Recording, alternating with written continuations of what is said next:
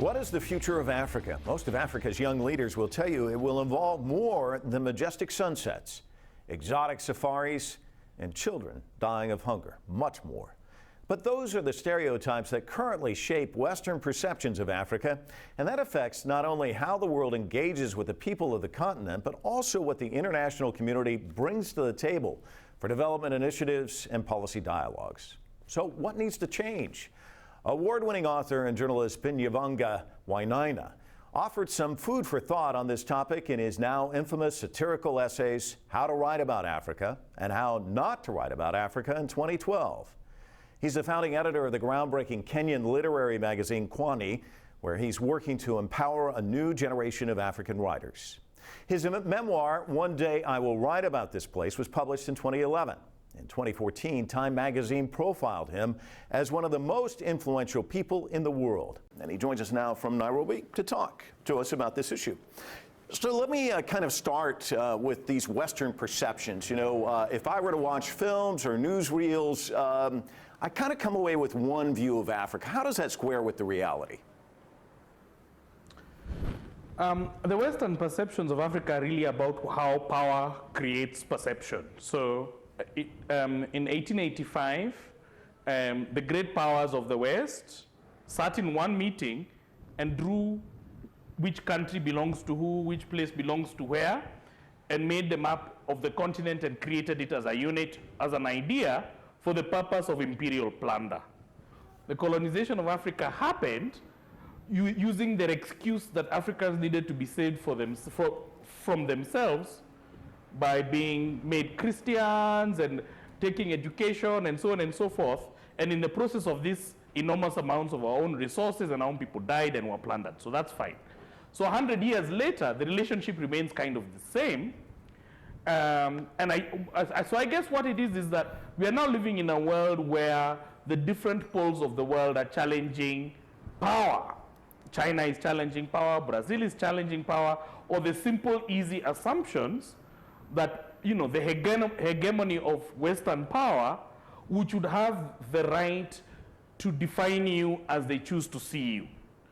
So for example, it's now impossible to look at the frame of India in the way Western writing was seeing India 10 or 15 years ago, which is just a lot of random gurus and a kind of incoherence. Now India itself is a power that can't be ignored, and so Western perceptions of it must shift. So the question really is going to be over the next 20 or 30 years, how Africa itself shifts as a power and is able to command its own, or people will have to respect its own views of itself in the world. When does it shift? I mean, when do you see this shift, and does it need voices like yourself to help push for that shift?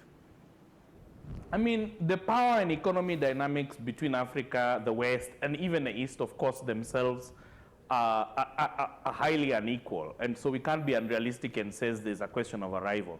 What I think is that the process, like part of me almost feels that 50 years after the independence of more than 50 African countries, what started to happen is a certain kind of decolonization, right? And this decolonization itself is a process. Some nations themselves are starting to define themselves in their own terms in interesting ways.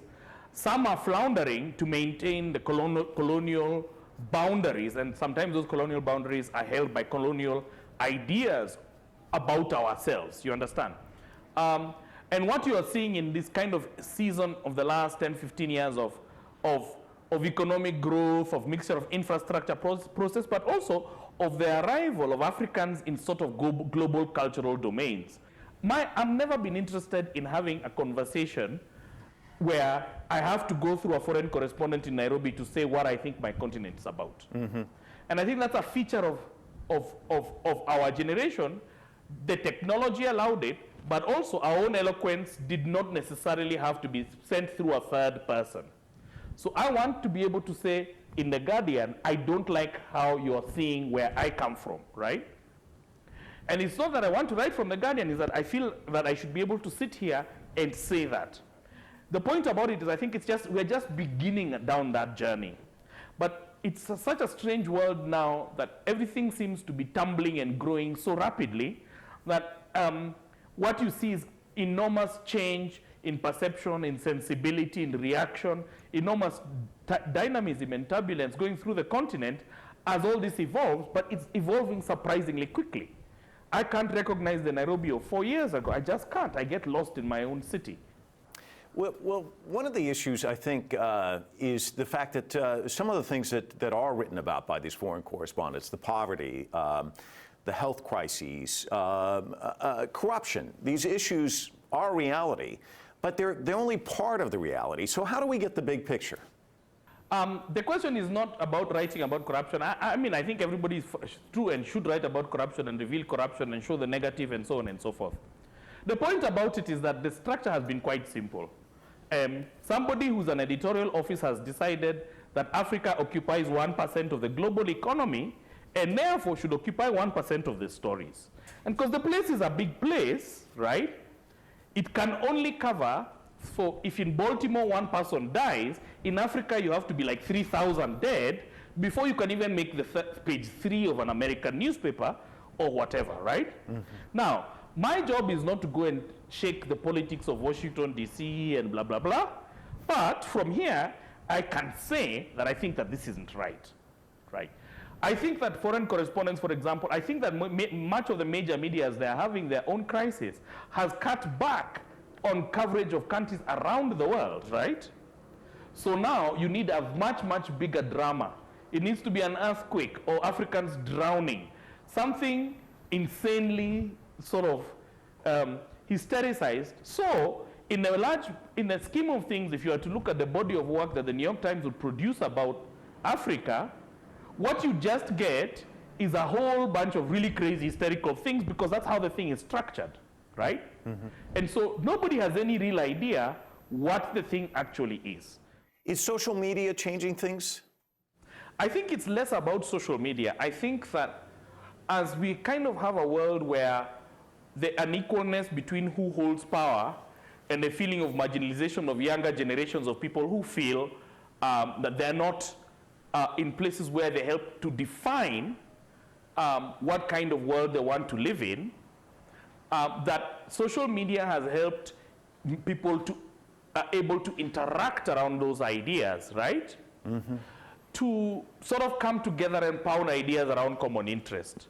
But social media can do the equal evil. It's what ISIS used to perpetuate its ideas too, right? Mm-hmm. And Al-Shabaab.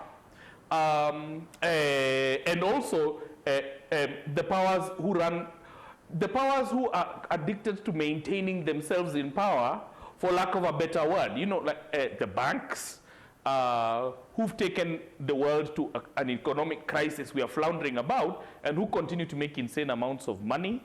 That the same adrenaline that gives that bank on social media power gives those small groups of people in South Africa to say no to xenophobia power, gives those networks of people who built the Black Lives Matter platforms in the United States power, builds those young people in Egypt who are able to take down a government power. So it itself is not a revolution, it's just a means. You know, we've had a chance to talk about America and the West. How has China changed the dynamic in Africa with the investment? You know, there was at some point, and there is to some a lingering sympathy. China is still a country with a large number of poor people, yes? And it has also become a wealthy country and has managed to shift its place not only in the powers of the world, in the places of delivery, yes? To its own people in a very dramatic and interesting way, and that, for lack of a better word, resembles Africa a little much more than Africa resembles the West. There are these things to do and think about. There's nothing that's been arrived at. And so there's certain kinds of conversations between Africa and China that are useful. It's a different form of engagement, a different conversation, though, than the one that goes with the West, though, in a sense. Yes, but it is also no question that China itself is a power that wants its way, mm-hmm. Yes? Mm-hmm. So the questions really now become, how does Africa exert its own terms? Well, because these are negotiations of terms. Mm-hmm. how do you do so in such an unequal situation? And not only that, Africa itself, as you know, is not a country. So what are you negotiating with? I mean, I consider myself to be a Pan-Africanist, but I only hold one passport, which is Kenyan, yes? Mm-hmm. So when we are saying Africa and China, Ethiopia is modeling itself and it's whatever on China. Kenya isn't. Kenya wants to see itself as a multi-party democracy, which wants to have a relationship with China. Nigeria, same. Rwanda, maybe a little bit more. So, you know, there isn't a single sort of approach or attitude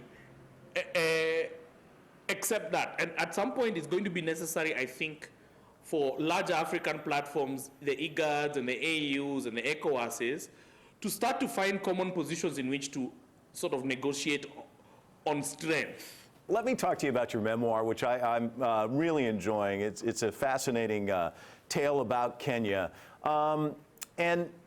And talk to us about the attraction of the country. As I mentioned to you before the interview, I was there in '92, and of course it's obviously changed quite a bit. You said it's just Nairobi itself has changed in the last 4 years, as you said earlier. But it had so many dimensions to it. I was in Nairobi and Mombasa. It's such a beautiful country. What's its lure and attraction to you? Because you could go anywhere with the success you've had, and yet Kenya is still this magnet for you. Tell our viewers why. You know, I lived just outside New York and was hanging in New York for many years. For 8 years, I taught, you know, in that whole upstate area. It's really nice. There are microbreweries, and, you know, you can have a beer flavored like coffee every 10 minutes and watch. Which, of course, is what, you know, I don't know, people who like cool things like, and I like them, you know. There's a little shop that sells just socks, and those socks are handmade in Bulgaria, and they're organic, and all these wonderful things. I like that. But it's kind of boring, right? And to me, like, there's stuff to do here. Not because of I've got a bleeding heart, I don't. Like, there's just, everything is a real adventure. The world isn't made here. And so for people of imagination and adventure and possibility, there's stuff to do. So I guess, you know, I could stay in New York and then start a cool little magazine, which is organic and African or something for 12 people and everything else. But it's in Nairobi that we can have a 10th anniversary where 3,000 people come for a reading, right? Mm-hmm. Mm-hmm. Let me finish by asking you about the future of the continent. How do you see it, and who's going to write that future history? So much innovation is happening all the time. I used to be the guy who could tell you every exciting new writer out of Africa. 8 years ago, in fact, that's why Bard College employed me to run, that's the guy who knows everything. Now, every week, something pops up on my trail, which is a new magazine. Every day, a new thing pops in. So we're just living in times when you can't tell where it is, but everybody's up to something, yes?